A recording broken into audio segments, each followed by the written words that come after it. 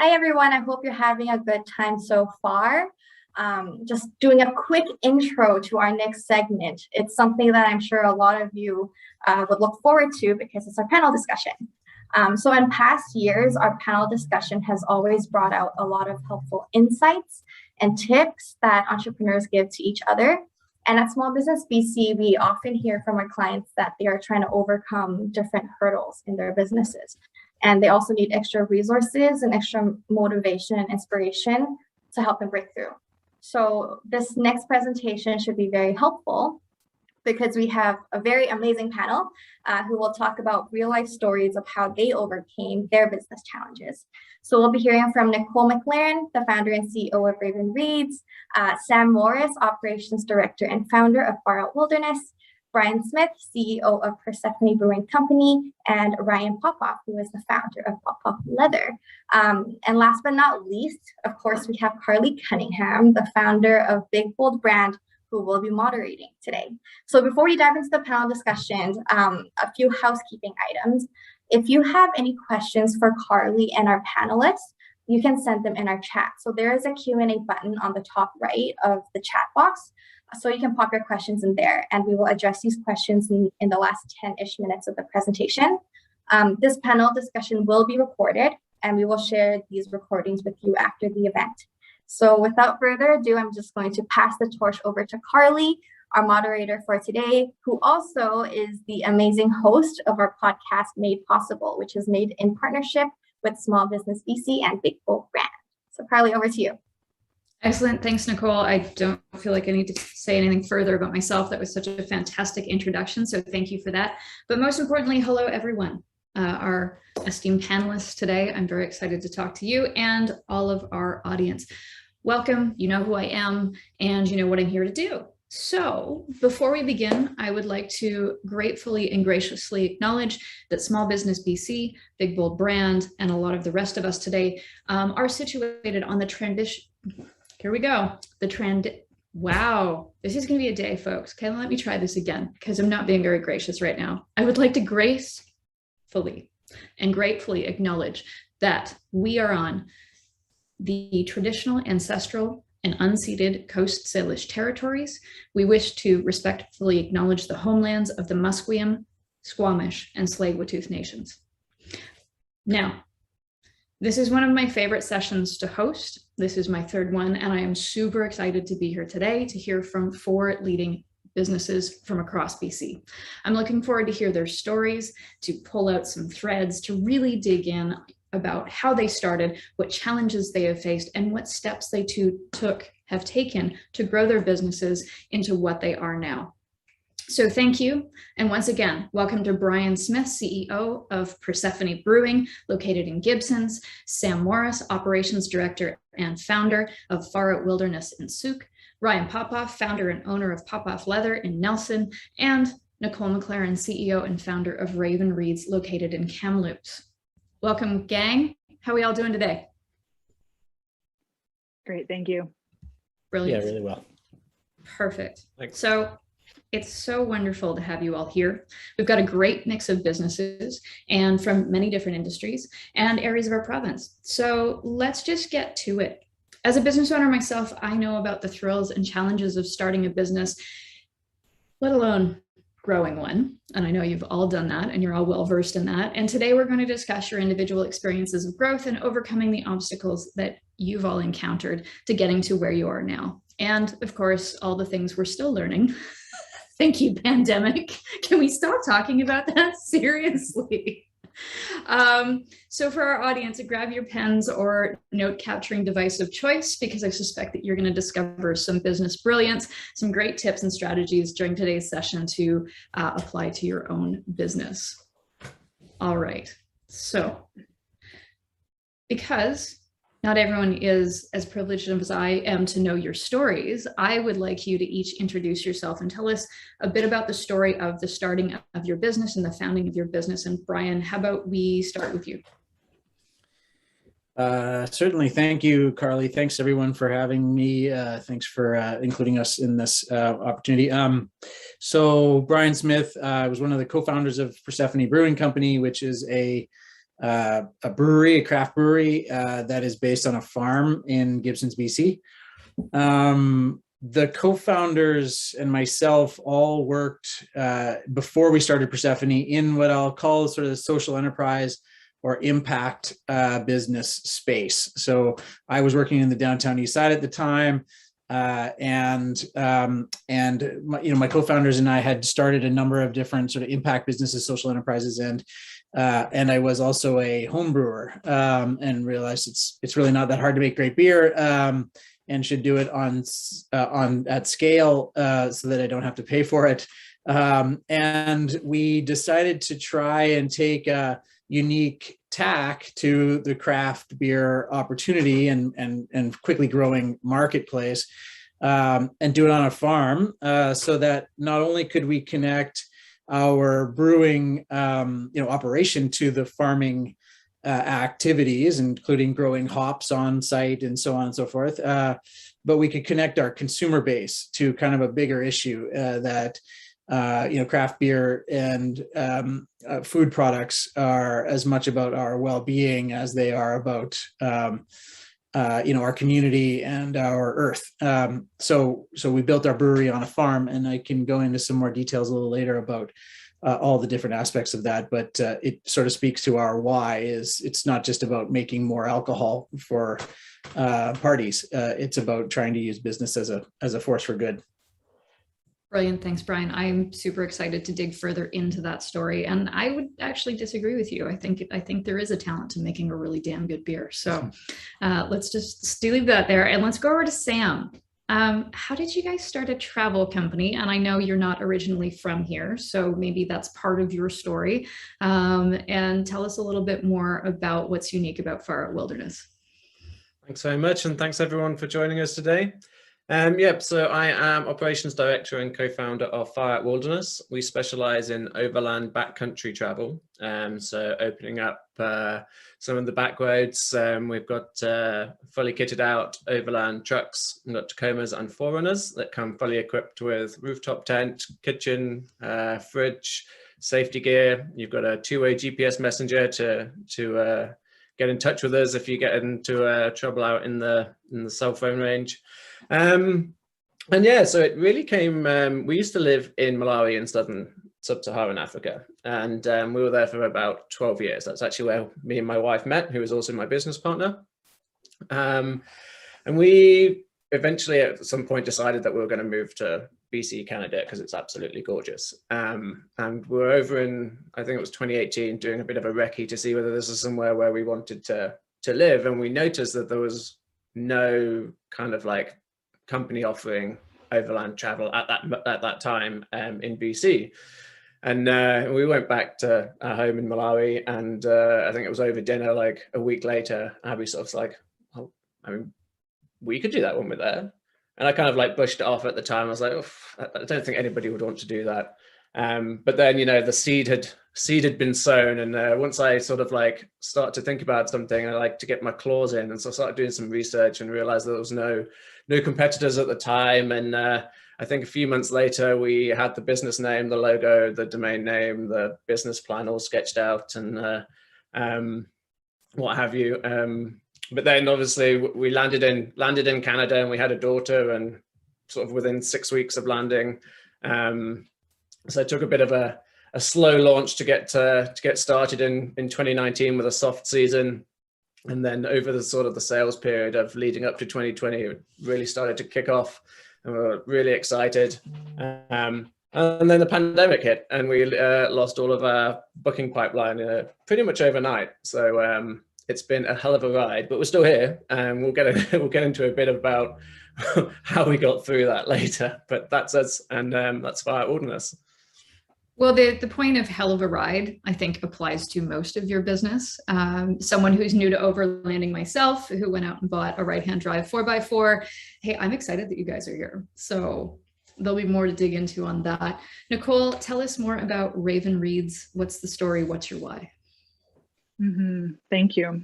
So my name is Nicole McLaren. I'm the founder and CEO of Raven Reads. We are an Indigenous-owned, Indigenous-themed subscription box that features Indigenous books and giftware curated from entrepreneurs and authors across North America. I was our founder story. I was working full-time downtown Vancouver, and I had a 2-hour commute either way. It was 2015, the Truth and Reconciliation Commission had just released its final report, and I was looking for ways to engage my coworkers in this important movement. I actually started a book club with my coworkers where we focused exclusively on books written by Indigenous authors. And I quickly saw how well just the simple act of reading these books really helped people start to connect the dots between historical trauma, contemporary trauma, and intergenerational trauma. So I started to see an opportunity to bundle these incredible books written by Canadian authors with the subscription box model.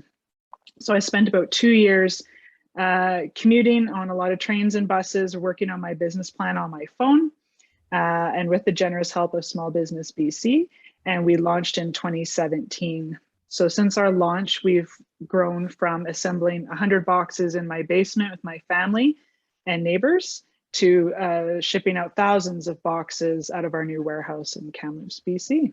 And that brings us to today. Thank you. Amazing. Congratulations on your growth.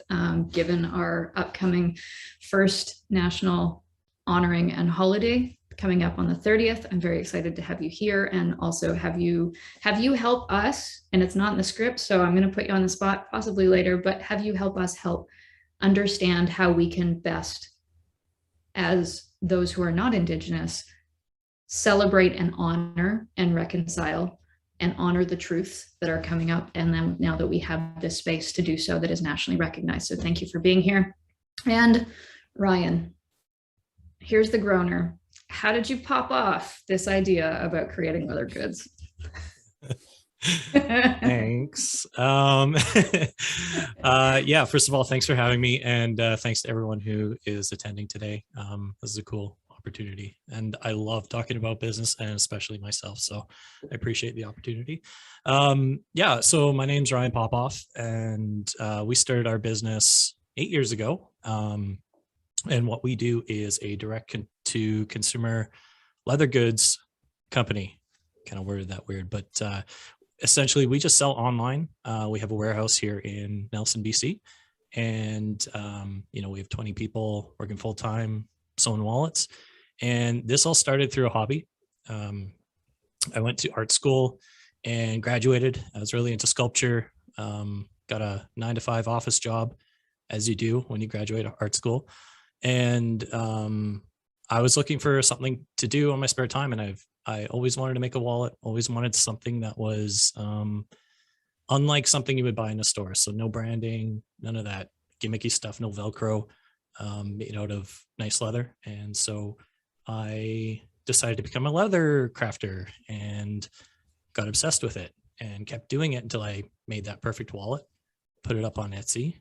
My wife, she convinced me to do that.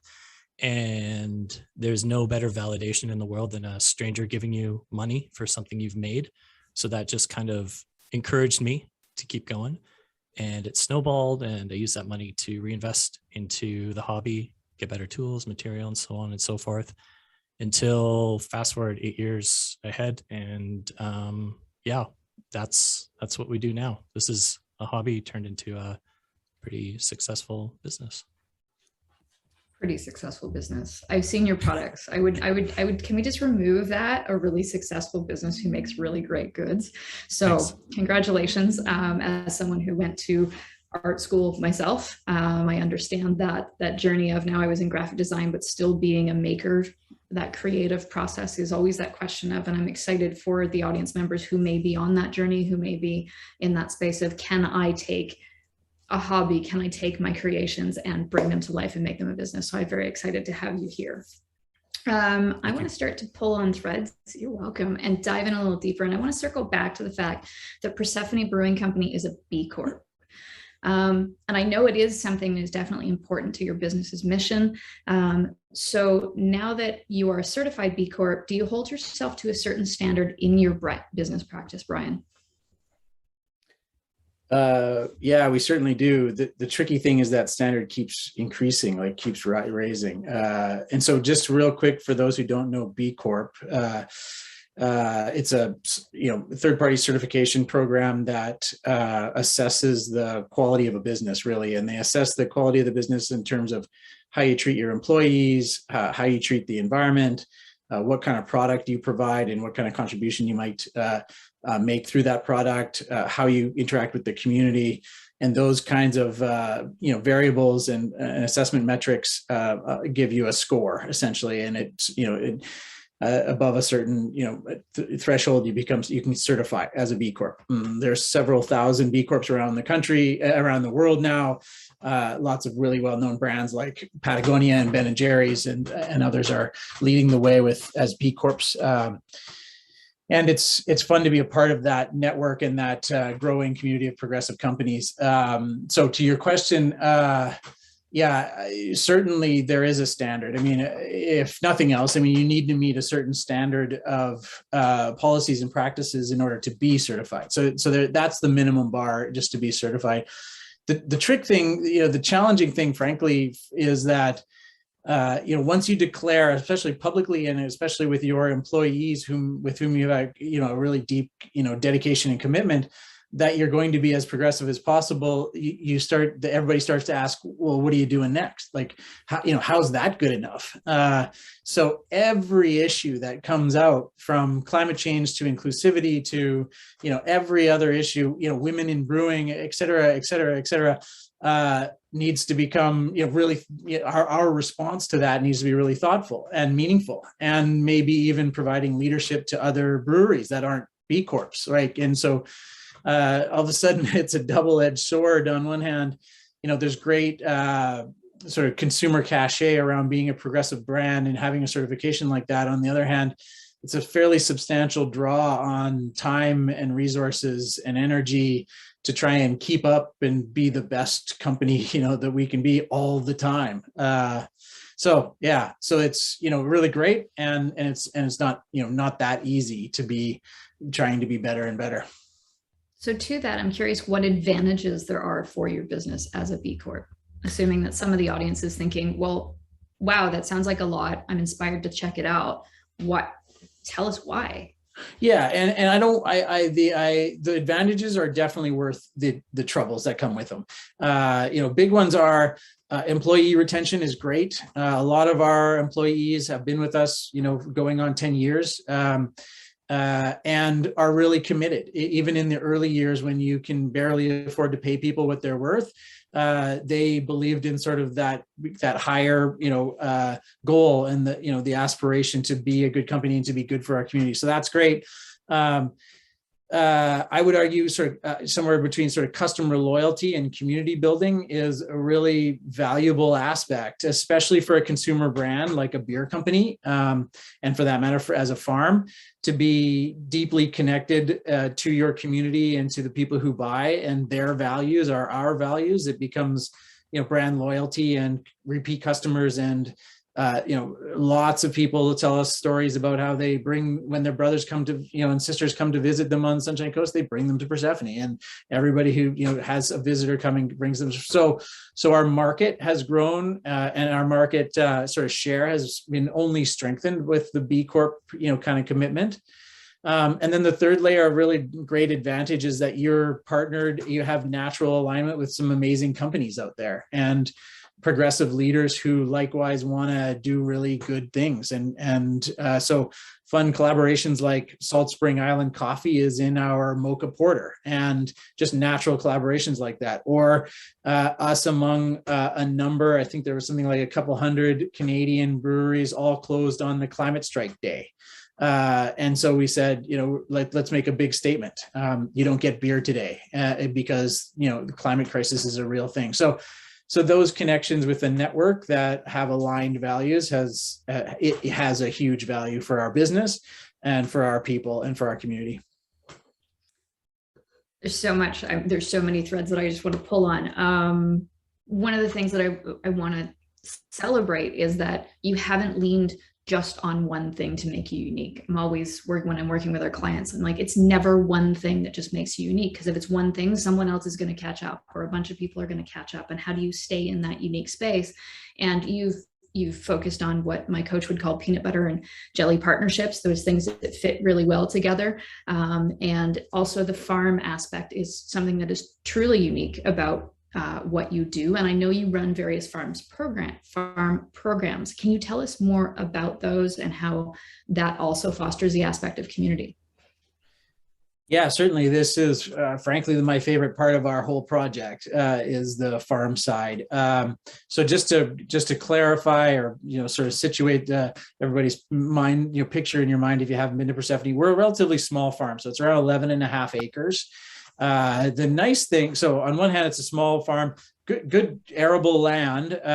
We've had to work our fields to get them really, high functioning. But the other nice thing about our farm is it's very high profile. So everybody who drives off of the ferry into Gibson's, just about everybody, goes up past the bypass and drives right past our farm, where they see a great big red barn, which has our brewery in it, and another big red barn, which has our warehouse in it, and big stainless steel tanks. And we used to have like 20-foot high hop trellises growing hops in the summertime. So what we've been able to do is really kind of use that farm as a major aspect of our brand and of getting people's attention, especially in a highly saturated craft brewing scene, right? There's more than something 600 or 700 breweries now in BC. So that allowed us to really sort of differentiate ourselves very quickly. And then, but where it got more interesting was what we can do with that connection. So one sort of relatively small example, and we're real big subscribers into regenerative agriculture. I may say regenerative agriculture many times in this session, because I really think it has such an amazing opportunity in terms of both providing food and addressing food security, while at the same time addressing climate change in terms of sequestering carbon, which is arguably our biggest issue of our generation. So as we started thinking about that, like just one small example, when you make beer, you have a whole bunch of spent grain, which is essentially barley and other grain crops that have no more sugars left in them. And you need to do something. Many breweries send them off to livestock farmers as feed. Many breweries have to pay to get rid of it. It's like a waste product. For us, we take it down and we blend it with wood chips and other food waste and create compost, which then goes onto our farm fields and helps grow vegetables and apples and barley and so on. And so we're creating a cycle of waste to food that is truly regenerative. And not only is it helping with our our cost of goods in terms of not having to buy soil amendments and so on, but it's sequestering carbon into the soil and building healthier soil and a healthier ecosystem. We do the same thing with bees and honey, and with our wastewater is plumbed into our irrigation systems, and so there's lots of opportunities where a food-based business like a brewery located on a farm just can sort of have a multiplier effect of impact in terms of both the business model, the community, and the land. So I don't know why all breweries aren't based on farms, quite frankly. And I feel like we're seeing more and more of them come around. I'm super excited that you're leading the way. I'm very excited at the fact that you are a natural leader, in that you are excited to communicate and can clearly communicate that. And there's a hidden underarching action item that I want to pull out of what you just said for our audience. And it's, how can you make it easy for your customers to buy from you?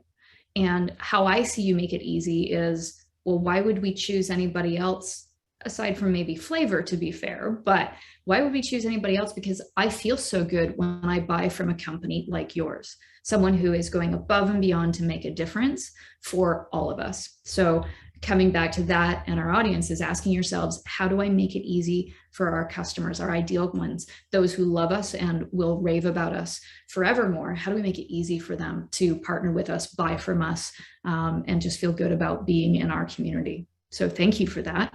I am going to go to Nicole and ask you, as an Indigenous business that distributes Indigenous content, what inspired you to start this initiative? And I know you touched a little bit on that, but I'm always curious, and I'm always pushing folks to talk about what are the problems that we solve for the world, for our ideal clients. Let's talk a little bit about that.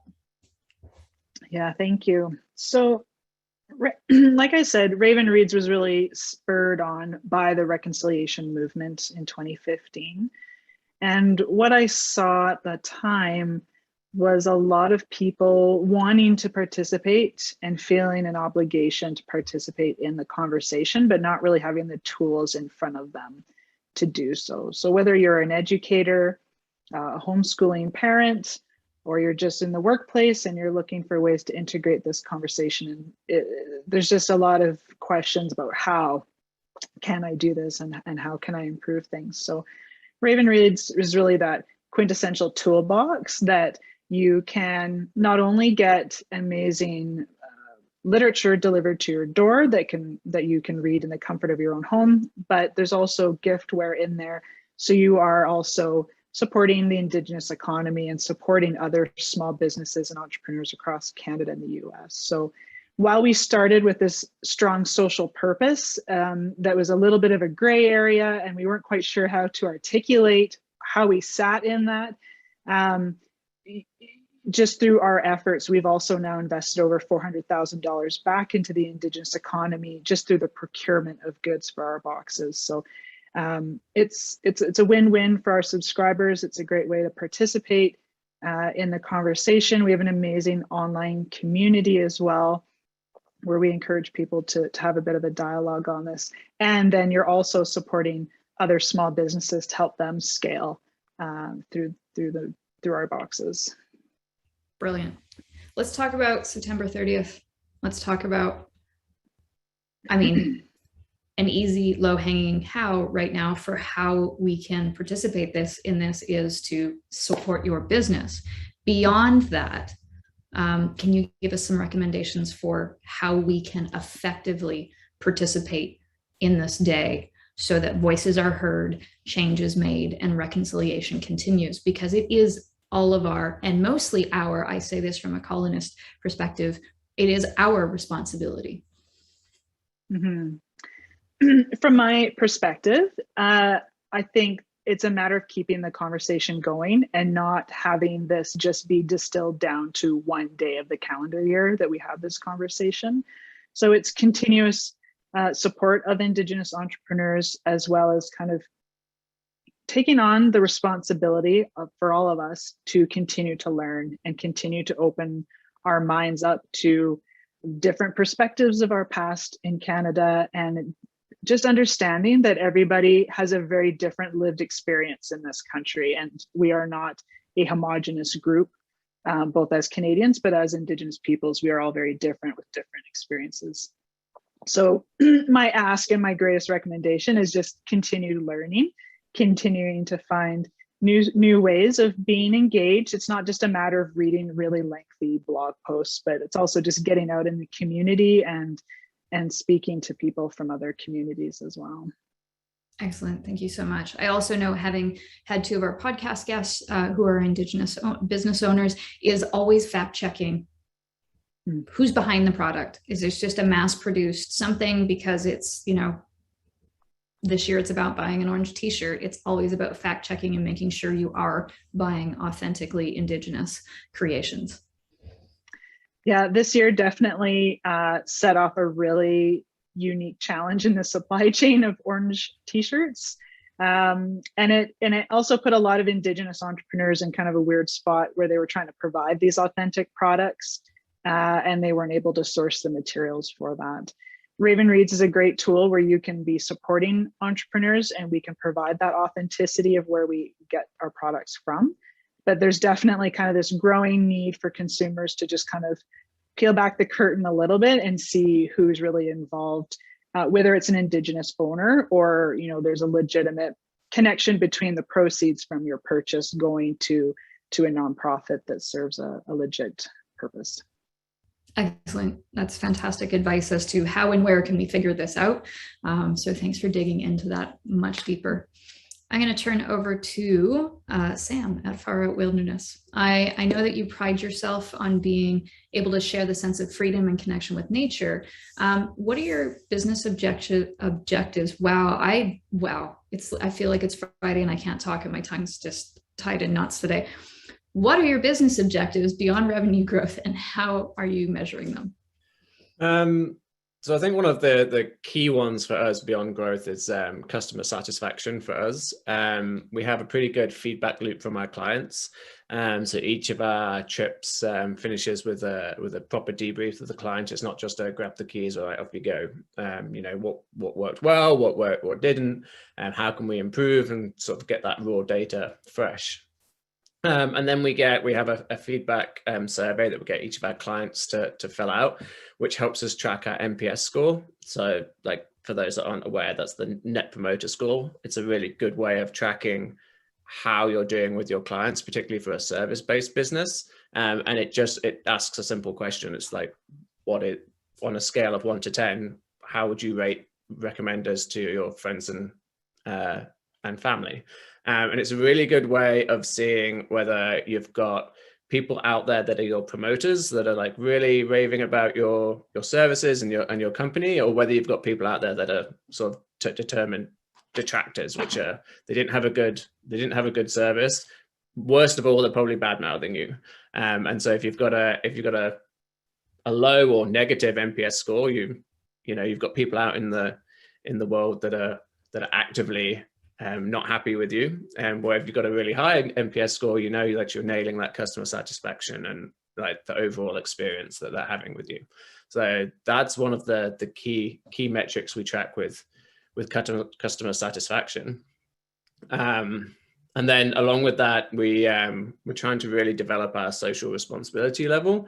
We're partnering with Pure Kids, which is a foundation based in Kelowna that support children and families that are vulnerable. And then we're also partnering with a company to get back to our sort of roots with the African wildlife. Is we're partnering with one of the wild dog foundations based in Zambia, where we did a lot of our overlanding trips. So building those two objectives along with the revenue is key for us. Fantastic. I want to dig into one term here, because I know for a lot of Canadians, the word overlanding is completely new. And I want everybody to know about what that is, because it's the heart of your business. Tell us a little bit more about overlanding. So overlanding by definition is a trip where the journey is the main goal, not necessarily the destination. So it's a self-reliant adventure, usually across back roads. It doesn't have to be. You can overland it any way that you want that is comfortable to you, but it's more about the journey than the destination, which I think also is really nice, because that's kind of how we see our business as well. So overlanding, when we talk about overlanding, you can do it in a van, you can do it in a truck with a rooftop tent, but it's more being sort of self-reliant. So you've got your water and your power and your fridge and everything's all on board, and you can go off for a few days or weeks, however well equipped you are. And you've just got the freedom to go off the beaten path and go off the route. Like if you find somewhere that you want to stay for a few days, you've got that freedom to do it. Or if you want to go see what's down that road, you can go and do that. That's one of my favorite things with when we go off in the bush together, is just picking a road and seeing where it goes and seeing what is at the end of it. And sometimes it's a really great viewpoint, and sometimes we have to do a dodgy 3-point turn.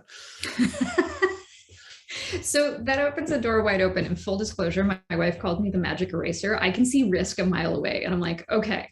And it gets in my way from actually, truly overlanding sometimes. But I want to talk about it in the context of your business and the client experience. There seems like there would be a ton of risk to how you deliver a client experience. Pick a road, have fun, guys. Wherever you end up, you end up. How do you mitigate just human choice, human curiosity? Because ultimately, your business relies on someone having a positive experience, and imagining, one of your clients stuck in the mud, 200K out on a fire road, what things can you put in place, or do you, and just how do you design that client experience to make sure they still love you at the end of it? Yeah, and that's a really good question, and it's one that we're just continuously getting better at. And we definitely don't have the right model right now, and we probably won't for a very long time, just because you think you've plugged all the gaps and someone manages to prove you wrong. But it starts right from the beginning of when they first get in touch with us, and understanding what they want to get out of the trip, and then we help build that. So, and it's sort of setting the client expectation. So some clients, when we'll explain what the different level of roads are, the different level of camping options, you know, from provincial parks, rec sites down to wilderness spots, what that comes with, what it like entails, you know, and some clients will explain that they're not comfortable camping without a toilet. And it's like, okay, well, that limits where, like, what you can do. It really does go down to the sort of like managing the expectations from the outset. And then in terms of managing the risk, we have a pretty in-depth handover process. It takes about an hour, and we go through all aspects of the vehicle, how to use the 4x4, how to use the recovery gear.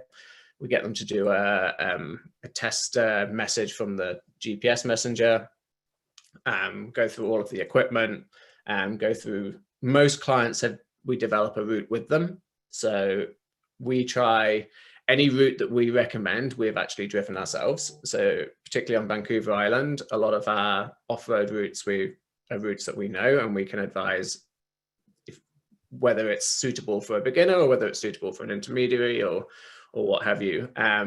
We do try and stress that if you're going to go down a road that you're not familiar with, to make sure you have an escape route.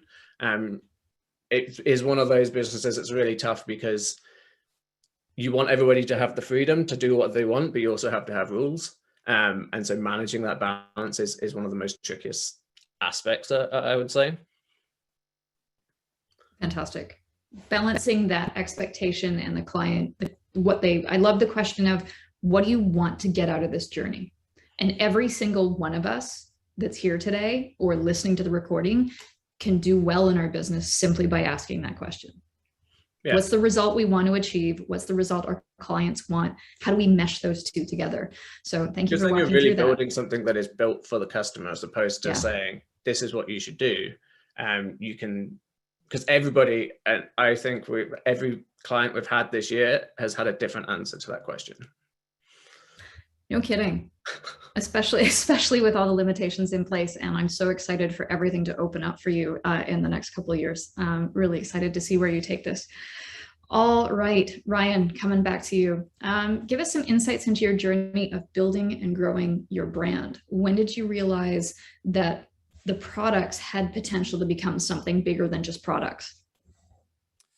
Yeah, I mean, that's kind of a question that every entrepreneur asks themselves at a certain point. You know, you reach this fork in the road, and for me, it was coming from a hobby to the point where, you know, people started giving me money and validating these ideas that I had, these products that I wanted to produce, not something that I, you know, did market research on. It was just kind of my gut leading me. And eventually you get to the crossroads where it's like, okay, I'm making more or as much money doing my hobby as I am, you know, going to work every day, 9 to 5, thinking about it. So do you leap into the unknown and kind of take that risk, or do you keep doing it as a hobby? And it was sort of at that point where I knew there was potential, and to take it, you know, to jump into the unknown. Actually, I still remember the conversation with my now wife, where we were like both crying in a park because we saw the potential, but it's honestly, it's like jumping into a black hole. Like, what do you do? You know, what if we don't sell any more wallets? Like, what if people don't want to buy from us anymore? You know, thankfully I didn't make that leap, and here we are. The fear is definitely real. And it's also one of those, there's always a visual metaphor in my head. I'm definitely a visual thinker. And it's always that we can stand on the ledge and just stare at the ledge forever. But a baby eagle doesn't learn to fly unless they either jump, fall, or get booted out of the nest, right? And so it's the only way you're going to learn how to fly is to try. And you don't have to jump from the chasm. You can jump from the first tree limb and give it a shot. That's You true. can jump from the top of the roof next and give it a shot. And yeah, so thank you for sharing that with us, because we all come to those points in our business, whether we're ready to start it, whether we're ready to leave that side hustle, whether we're ready to jump into the big partnership or the scale. There will continuously be those moments throughout business. So I know you take exceptional pride in the quality of your products. And in a world where companies are constantly finding ways to cut cost and pull back and do less to try and achieve more, how does your approach to quality affect your decision-making and your revenue model? Yeah, so there's a few reasons. So much so that, quality is one of our core values. So it's one of the pillars that we've built the business on. Initially it comes down to what kind of company would I want to support? And that's the kind of person that I want to be and the kind of company that I want to build. So for me, I choose to support companies that create goods that are meaningful and last, not disposable products. So that was sort of paramount to me. The other thing is what sets us apart in sort of an ocean of competitors making wallets. Like when I started in 2013 on Etsy, you would do an Etsy search and leather wallets would return 500,000 different listings. So what makes you different? So for me, and what we continue to do, and this is going to sound like an advertisement for Pop Off Leather, but some of the things that we do, everything's made in-house. None of it's outsourced. We source everything from Canada or the United States. Everything's almost everything is sewn by hand. Like who does that anymore? We have a lifetime warranty, 90-day returns. These are all sorts of things that are things that set us apart. And how do you know that's working? Well, people come back and buy from us. We have a 25% repeat purchase rate with our customers. They'll come back and they'll buy gifts. They'll come back and, buy a matching belt for the wallet that they got, all because they had an exceptional experience and the product that they received was, phenomenal. We have over 6,000 5-star reviews. We have a monthly average, and Sam, you already touched on NPS scores, but we're averaging a 9 on our NPS scores. These customers that keep coming back are the reason we're growing our business. And in the early years, when you don't have a ton of cash or revenue to spend on cost per click advertising, you rely on your reputation and that word of mouth to help you grow.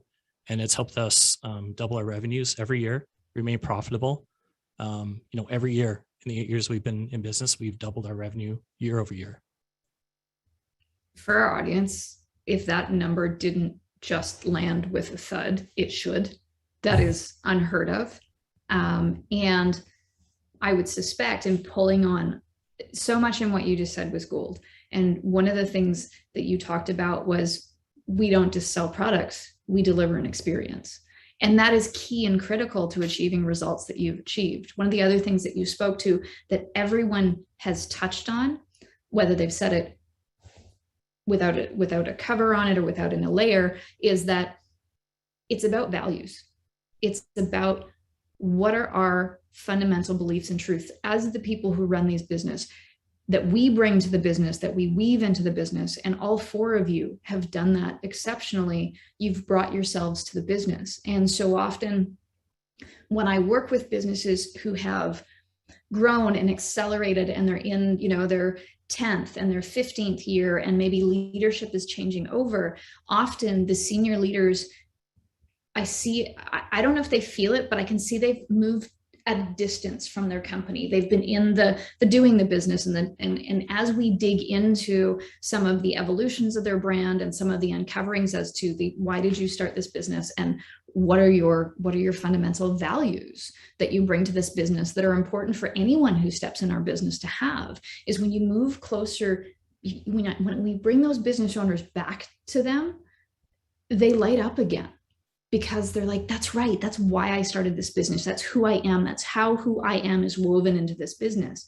And I would say that everybody here, and I know all four of you know it deeply and intimately, but to our audiences, be very conscious of what gets between, whether the barriers get between or how far you move away from the why we started this business, and the values that we have are, you know, deal breakers. Don't break the deal breakers. You got to run this business. As a small business, it's typically you or the founders forevermore. So really honor those pieces. Do any of you want to add to that? As I see you're all nodding.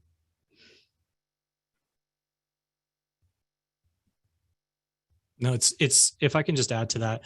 Mm-hmm. So when we talk about core values, having those core values is essentially, you know, what I discovered was I was describing myself, you know, and it was really interesting. We did this exercise with our employees, and I had a chart, and I said, okay, you know, how would we describe ourselves to customers? How do we, you know, how do we conduct ourselves internally? Like if you're asking for help, like what are the sort of keywords that describe us?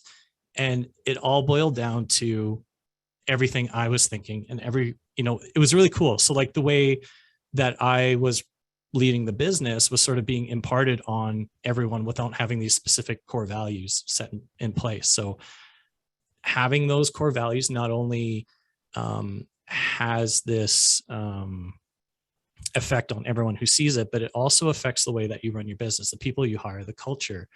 And, you know, if there's one thing to take away from this is to kind of look at what's important to you, like you're saying, Carly, and come up with those core values and use those as your guiding principles going forward. Yeah, absolutely. Interchangeable terms. We call them guiding principles when we build them. I can tell you that I have dissolved a successfully growing business because my business partner and I weren't aligned. We were saying the same things, but when we dug into the deeper layers of, well, what does family first actually mean to you, was different from what family first meant to me. What integrity defined, I mean, integrity is an output. You know, we talk about a lot of things, and I know in a product business, quality is absolutely for most a guiding principle, but if often quality, service, trust, integrity, those are all outputs of doing what you say you're going to do and showing up how you say you're going to show up. And it's so, so important to make sure that those are out of your head and on paper, because otherwise people are, it's almost like they're following you around trying to figure out, well, what exactly do you mean like that, by that? So yeah, anybody else want to add to that before I change gears? Yeah, Nicole. Yeah, and I, you know, just listening to both talk about this, it really highlights the difference, the different headspace you can be in as a startup founder, and as you grow and become, you kind of transition from that entrepreneur to a leader. And I know when you're first starting, you're really, especially if you're kind of come from this bootstrap place, you're really just about developing this viable product and proving it out in the marketplace, and then traction, getting it growing. And you can easily get so swamped in just managing a sustainable business. And then as you start to bring on team members, I know I've done this in the last 2 years, I really start to think, ooh, I actually need to take a step back and revisit our values and ensure that that's really being, you know, I'm bringing in our team into what some of those founding principles were, and ensuring that they're on board with that and aware of that as they go about their day-to-day business. So there's this kind of weird transition period just to be aware of, where you kind of go from just that build and sell the product to really taking a step back and looking at, okay, now this is a business and I'm a leader, and how am I, you know, really embedding those principles in everything we do. Absolutely. There is no set it and forget it. It just doesn't happen. Let's go to biggest challenges. I always like digging into these. Some really interesting stories tend to come from these. I am curious, and whoever wants to dive on this one first, let's talk about some of the biggest challenges, or let's talk about the biggest challenge you've had in growing your business. I'll go first. So for me, my biggest challenge was approaching business from being an art student. You know, I mentioned going to art school and all that stuff. But I always wanted to be an entrepreneur. But there are a lot of tools that I brought to that I didn't bring to the business. So things like, what's a profit and loss statement? Or, you know, should I hire an employee? Like, I didn't know any of this stuff until I absolutely, you know, I was at a critical stage where I needed to figure that out. And for me, the way I look at these sorts of things is trying to be the dumbest person in the room. And maybe you guys have already heard this phrase, but for me, that sort of helped me tackle all my challenges, whether it's an accelerator program or having the courage to hire someone who makes twice your salary, who's much smarter than you. These sorts of things can help you tackle those challenges and give you the courage to keep doing it and looking for the gaps and challenges, you know, in your business going forward. Both brilliant pieces of advice. I'm going to go back and listen to the recording because I'm at a decision-making point to scale. And I'm like, right, let's just go find, let's go find the person that knows all the things that I don't know. I love that. Brian, let's go back over to you. Biggest challenge. I think there's two, and maybe I'll sort of, focus them, one internal and one external. One internally, and just actually really is kind of a segue from the earlier comments about values and retaining and holding strong to one's values, especially as you grow. That's really challenging. So we're now at about sort of 30, 35 people. And so, the founder's values become the team's foundation, which becomes the organization's culture. And culture is a hard one to manage, especially when you want to hire, and to Ryan's point, when you want to hire really great talent. They may have some of the basic same value set as you do, but they probably think really differently than you do. And so when you start having really transparent and open conversations about really challenging topics, it can be difficult to maintain a really strong and cohesive culture in the face of really just different perspectives, especially if you really believe in diversity and inclusive discussion. So you start having discussions around, for example, what's a living wage? What should we be paying our employees? I live in a region that has very expensive housing costs. And so the living wage, frankly, is no longer, isn't really not relevant. And so people are like, well, you have to pay me more if you want me to work here. And we go, oh, how do we do that? There's no margin in this. And so on and so forth, where values start to rub up against business viability are really challenging conversations in the context of building a healthy culture. So that's one internal challenge that is ongoing. And I think, all of us have to sort of look at, especially if we start growing past, a handful of people. Externally, and this is maybe more relevant for our company than maybe others, but we really see ourselves as trying to be an activist company. It isn't good enough in my mind, and most of my shareholders agree with this sentiment, and certainly my senior management team do, of like, it's not good enough if we just make something and sell something. And frankly, and with no disrespect to the NPS, sort of metrics, it's not good enough if my customers are happy. The question is, what can we do more that's better, and more for our community? So the multiplier effect, or, providing employment, or actually making a positive, ecological contribution to our community or our building community. So once you kind of establish that one of your values is actually to be an activist, is to try and make a contribution, where, again, and I sort of mentioned this earlier, where does that stop? Like, where's that ceiling ever going to stop? And so you're constantly trying to chase an aspiration or even an ambition around making a positive contribution. And it's that goalpost keeps moving on you. So that's a big challenge, and it can really sort of take away from operations, and you end up not working enough in the business because you're trying to work on the business. So that can be a real sort of challenge and dilemma, again, especially as you grow. I think we're all notorious of moving our own goalposts, let alone taking, all the world's challenges, and yet we're still entrepreneurs, right? So we're always seeing the next big opportunity. And I love that you're so dedicated to that in an activist way. Brian, thank you for sharing that with us. Sam, over to you. Biggest challenges other than, people making bad decisions on fire roads out in the middle of BC. Yeah. Well, I know everyone's tired of talking about COVID, but for a tourism company, COVID was by far the biggest challenge for us. We launched in 2019, like as a soft start in the season. So we hadn't really built up any operating capital by the time COVID came around, and it was a big challenge because we'd geared our product towards a certain target audience, which was more towards the sort of international market, and all of a sudden that market wasn't there, and we had to stop and relook at what market was available and what we could adapt and change to, and redesign our product and pricing to match that, because what we had created was not what was necessarily being needed by the market that was available to us during 2020. And actually it spun off a new brand that we launched in response to that.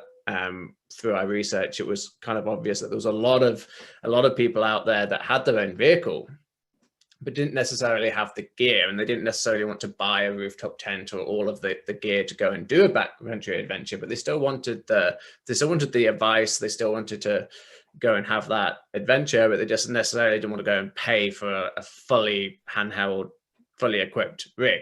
And so we actually launched a new brand, Vancouver Island Rooftop Tents, last year, which was geared straight towards people that have their own vehicle and they can rent a rooftop tent or gear and still get that experience, but at much more sort of lesser rate, and more geared towards sort of the 3 to 5 day trips and that sort of thing. So it really took a lot of pride, I think, was the one thing to sort of like say, or swallow your pride really, to say, well, okay, this is the product we created, but this is actually not going to work right now because this target audience that we've created this product for no longer exists. They're not there. So what can we do to change and to adapt to the situation that's in front of us right now?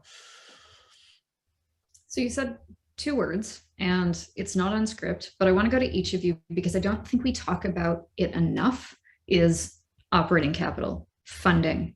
And I'm curious, just from each of the 4 of you, maybe if you can just quickly say, because I do want to get to Q&A, where has your capital, where has your operating, where are the funds funding your businesses, especially in the startup, where did they come from? Because I don't think a lot of us early in the journey know the opportunities that are out there.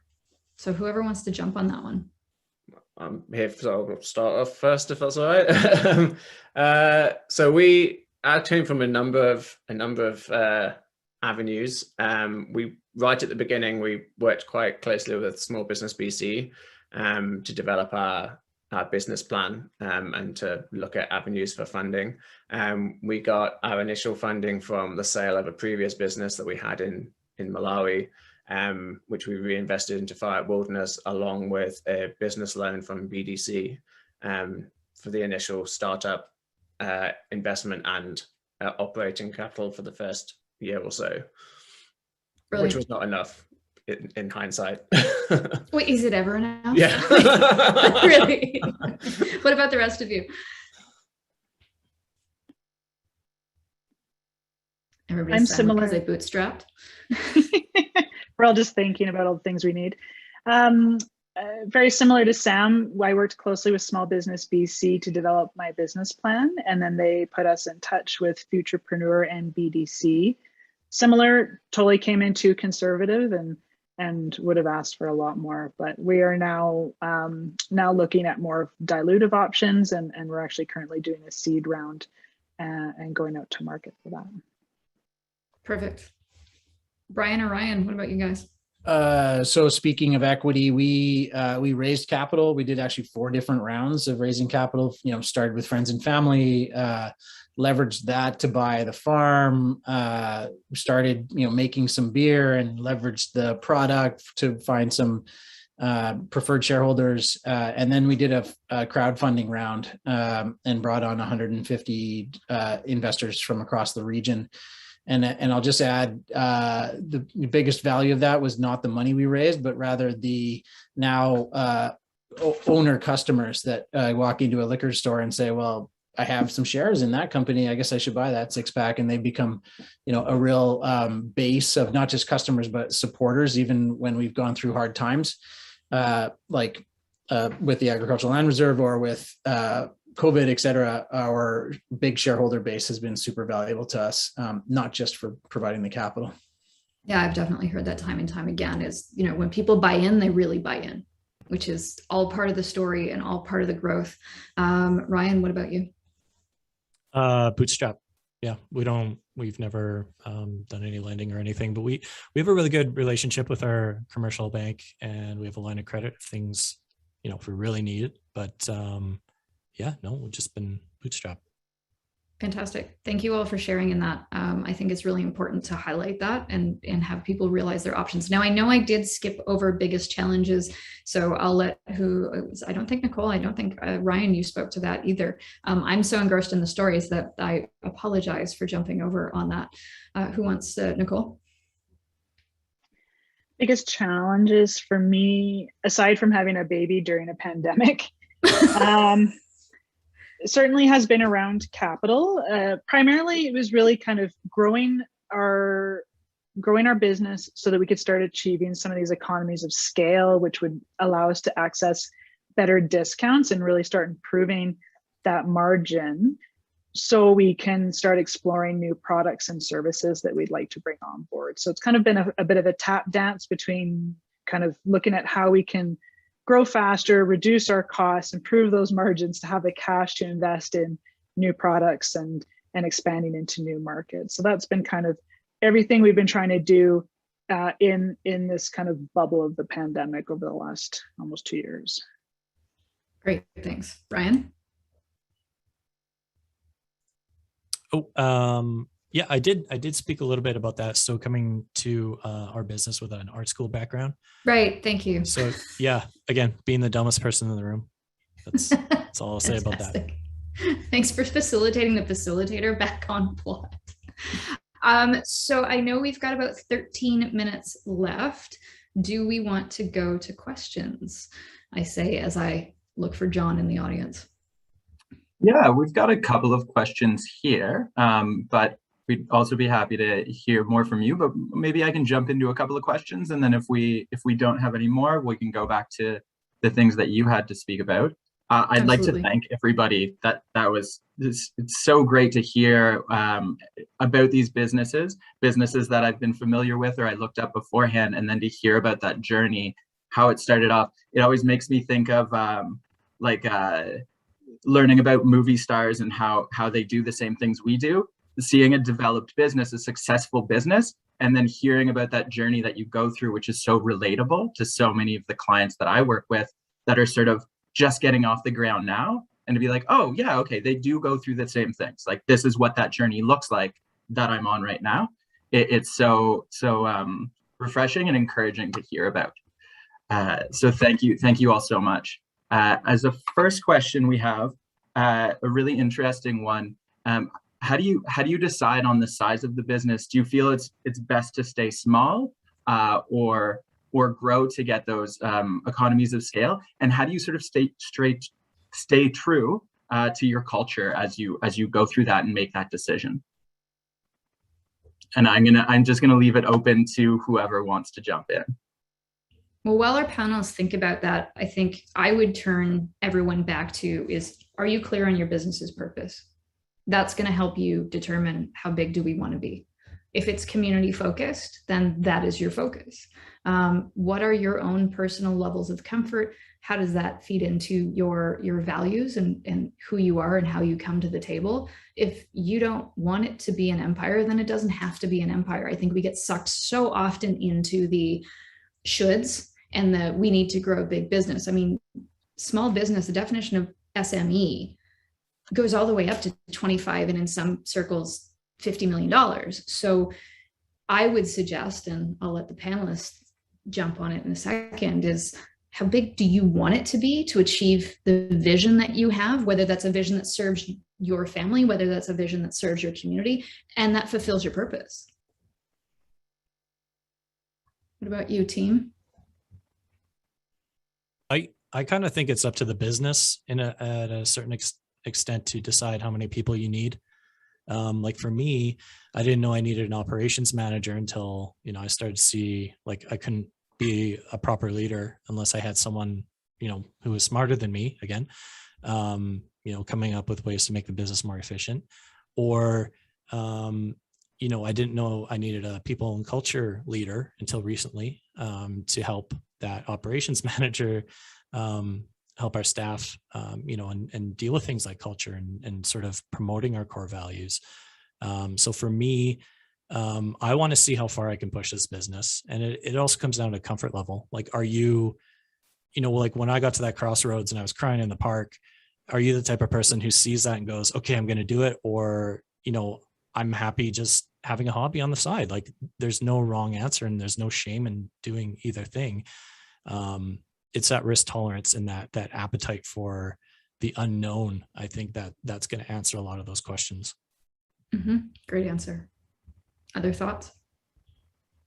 I think I just want to lend some thoughts from kind of a Indigenous female entrepreneur. Is I know I really struggled with really knowing why I wanted to go into business. I had dabbled with different small business ideas before, but I don't think until you've really kind of gone through kind of the full journey, you can really start to articulate what it is you want to get out of it. And I find that when I talk to a lot of other startups is they're not quite sure what they actually want to get out of it. They might have their social purpose nailed down, but in terms of like, do you want to grow this into this kind of massive empire that you maybe sell off one day, or do you just want something that brings you a steady income? It can be really hard. And we're kind of in a culture a lot of the time where we don't talk about those things, and it's uncomfortable to talk about outrageous ambitions. You know, do you want to be Elon Musk, or do you want to just kind of, you know, keep a nice steady home-based business where you can balance your time with your family? I think it's just kind of getting better at practicing understanding what it is you like and saying those words out loud and really being truthful to what you want to get out of this. Yeah, absolutely. Being truthful, recognizing self, recognizing one of the things that I want to riff on that is so much of the language about building business, empire. Well, an empire served who? The king in the castle? Who had a voice in that empire? You know, there's a lot of war language that comes going into the war room, coming up with, you know, different terms that surround strategy. And I want to recognize that this is all colonist language. And so being able to strip back, well, what have we learned and what just is because that's what we've learned and that's the way society's been, especially right now, especially as we move forward, as everything is opening up again, we all have a real opportunity to evaluate something as simple as language. And that is going to open up different opportunities. Sam or Brian, did you want to add to that question?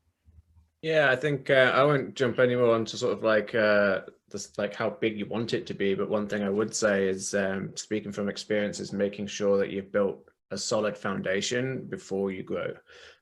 We definitely, not with this company, but with our other one, grew very quickly too fast, and it did implode, and we had to reel things back and then rebuild it properly. So if you're looking to build something big, make sure you spend the time to build the systems and the processes and all the boring stuff that nobody necessarily talks about, but it's really important to have a sort of a viable business. Yeah, systems and processes are not sexy, but I can tell you they will make you very happy when they're in place, for sure. Brian, what are your thoughts around growth size? Actually, the only thing I'll add is to the latter part of the question around how do you maintain, you know, sort of that value set and that early aspiration as you grow, and sort of jumping off where Nicole left off was around talking about it. We've found that having really open and transparent conversations, both with our staff team, our shareholder group, as well as the community, is really, maybe the most important aspect of really understanding each other and understanding what our culture is comprised of, and publishing that I've found to be really effective. Like when we put it on our website or we put it on our social channels or wherever we put it out, more and more, and of course this is a sort of, there's a slippery slope into sort of, calling people out in cancel culture and all that. But I've found for our company that it's been really great. And our community then knows who we are and then either chooses like, yeah, I'm behind that and support it, or wait, I have a problem with that, and opens the dialogue even further. And so being really sort of public facing with some of our, culture aspects and elements, I think is one of the ways to maintain a strong organizational, dynamic while you grow, while you add people, and while you add customer base. Great points. It's all about dialogue and determining how transparent you want to be. But what I can tell you is knowing the next generation that's coming up and hearing the things and listening to conversation is they're more concerned and most concerned about who is the company, who's behind the company, who's driving the company, and what good is the company doing in the world. And I can see that you're right honed in on that conversation as well. So that's great. John, what else do we have from our attendees today? Yeah, I think who wants to know what? I think we just have time for one more question, but Okay. an interesting one. How do you decide which partners to work with, and how do you go about finding people or businesses with values that align with yours? And this one was, I'm going to go to Nicole first, because that allows me a chance to also say congratulations, because I understand today is your 4th year in business. This is so a big happy birthday to Raven Reeds as well. Yeah, thank you. Finding partners. Yeah, so we definitely look for partners that certainly are aligned in values. It's been kind of, the last couple of years have been kind of a sensitive place to be for an Indigenous brand. You are quite vulnerable putting yourself out there with the amount of attention that consumers are placing on wanting to know authenticity behind a brand when they're making those decisions at the checkout. So we look for partners that can not only add value to the product that our subscribers get, but that we can also be providing that support back to our partners to help them grow and improve their offerings. So we recently did a collaboration with Powwow Pitch, which is a pitch competition across Turtle Island. So it's open up to everyone in Mexico, Canada, and the US. And we did a similar kind of gift box offering with them. But it's just been so incredible how well we found synergies between our audiences, and clearly there was value alignment. And so we really look forward to kind of using that as a model going forward to look at other ways we can maybe not be so competitive with similar product offerings, but look for those synergies where we can actually help both grow and improve opportunities for Indigenous entrepreneurs. Anyone else want to jump on that?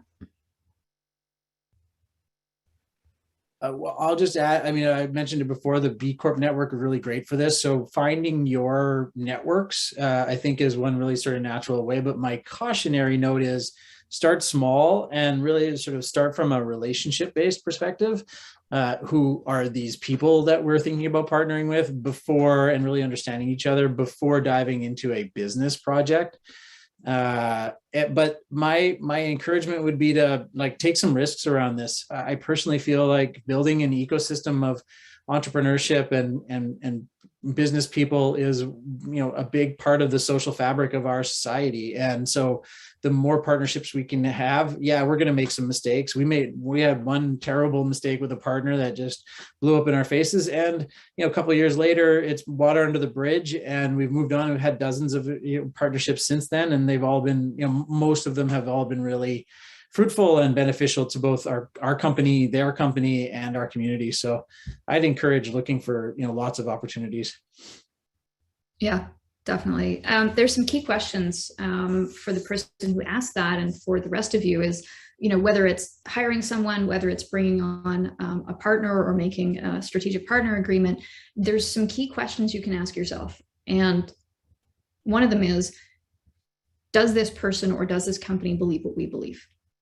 And will engaging with them or hiring them help us fulfill our purpose? Do they, and are they excited? Do they believe in, and are they excited by our vision? And engaging with them or hiring with them or making that decision, will it help us achieve our vision? And coming back to the values, are they aligned with, and do they demonstrate that they live our values? If you have a no answer to any one of those questions, I would say run for the hills, or come up with a really good dialogue to talk that through with them. Because if they're not aligned and there's kind of that, friction because their values aren't aligned, or they're only in it because of, I don't know, the easy pick away is profit, there is going to be a constant rub there. You want a good marriage, you want a good fit. And you're going to find that you're going to get better at it in choosing time over time, because you're going to notice, and it's going to get more and more refined. But definitely asking those questions can help. How are we doing for time, gang? John, you're our moderator for that. Yes, I think we are ready to wrap up now. I think we've timed things quite perfectly. So I just want to read one of the comments that are here, just because I think it really says something about what we've talked about today.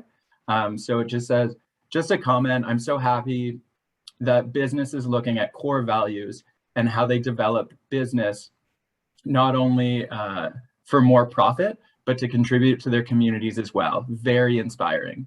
I really think that sums up a lot of what you've talked about. So I really, really want to just say a big thank you to each of you. And I've really found this to be informative myself, and I'm sure that's the sentiment that comes out from all of the audience there. So thank you very much, and I look forward to seeing everybody at the final presentation today.